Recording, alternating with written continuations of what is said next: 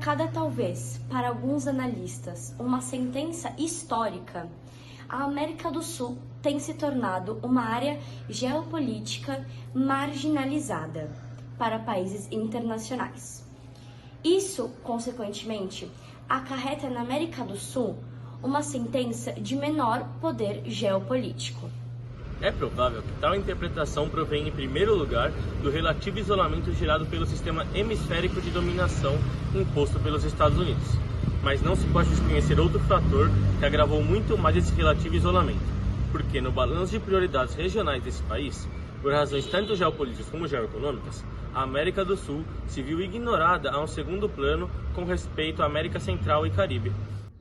É válido também lembrar que, à medida que vai se consolidando o Tratado de Livre Comércio na América do Norte, também vai se ajustando sucessivos mecanismos de controle sobre essas áreas. A América do Sul está também na área psicológica de influência dos Estados Unidos, na medida em que suas elites tradicionais, numa atitude que revela uma mistura de oportunismo, medo, submissão e admiração, aceitam o direito estadunidense à hegemonia mundial e regional. Mas qualquer análise que pretenda se aproximar da realidade sul-americana contemporânea não pode desconhecer que, tanto seja parte de sua totalidade, que conforma o subsistema América Latina, foi igualmente impactada por mudanças sociopolíticas desde o fim do século XX. A América do Sul foi e é cenário de grandes lutas sociais.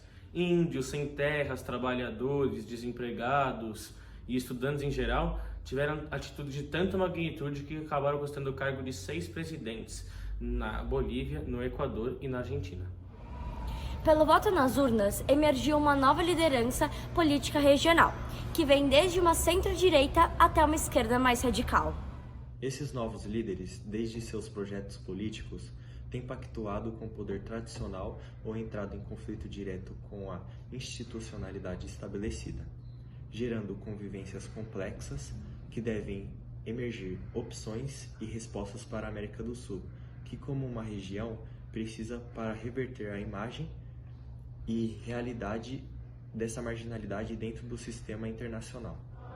Certamente, o fato de não mencionarmos os Estados Unidos não significa o desconhecimento dos níveis de influência que podem exercer sobre os países sul-americanos.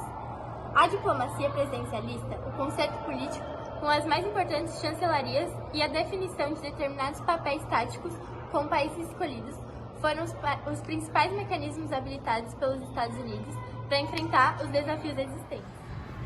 No entanto, seria um grave erro assumir que os Estados Unidos tiveram êxito ou definiram alguma estratégia política. Uma leitura da história da política externa estadunidense pode nos dizer que a radicalização dos processos políticos em curso e a consolidação de uma articulação regional de processos alternativos aos seus interesses, no meio de uma eventual grande crise internacional que Washington deverá enfrentar, contém todos os ingredientes para uma possível reação desses países. É quase impossível que uma administração estadunidense fique isenta do questionamento sobre a importância que concede à América Latina como região em sua política exterior global.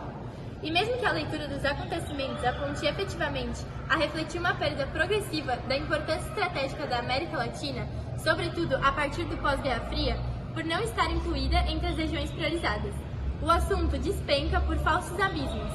O prioritário pode ou não, conjuntural ou permanente, como seu nome o indica, sempre está incluído, mesmo que não seja uma prioridade. Com o pós-Guerra Fria, Cuba passou a ser etiquetada como um assunto doméstico, devido à perda de suas alianças estratégicas e com o desaparecimento do campo socialista, deixando de ser percebida como uma ameaça à segurança nacional. Como é objeto da atenção por sua participação no narcotráfico internacional, sua localização geográfica torna mais complexo o caso devido à sua vizinhança com Venezuela, Equador e Bolívia. O Brasil foi criado como um sócio crítico. O México foi visto como um ator-chave para fortalecer a competitividade global do bloco do NAFTA. Os países andinos, qualificados de região vital, com muito potencial, e o governo colombiano de Uribe, elogiado como um modelo de cooperação exitoso. Como conclusão, a América Latina se manteve sempre presente para os Estados Unidos, com oscilações entre percepções de normalidade e de crise, muito bem delimitadas uma da outra, porque, como bem afirma Insulza, quando um país ou uma situação são olhados como prioridade, existe uma atenção maior das autoridades, mas ao mesmo tempo essa atenção se dá sob o prisma da crise. Para o caso da América Latina e do Caribe, a primeira dificuldade era a ausência quase total de conflitos armados no hemisfério. Mesmo assim, em relatório dado a conhecer pela Biblioteca do Congresso dos Estados Unidos, reconheceu-se que o governo não havia conseguido uma informação fidedigna que demonstrasse a presença organizada da Al-Qaeda na Tríplice Fronteira.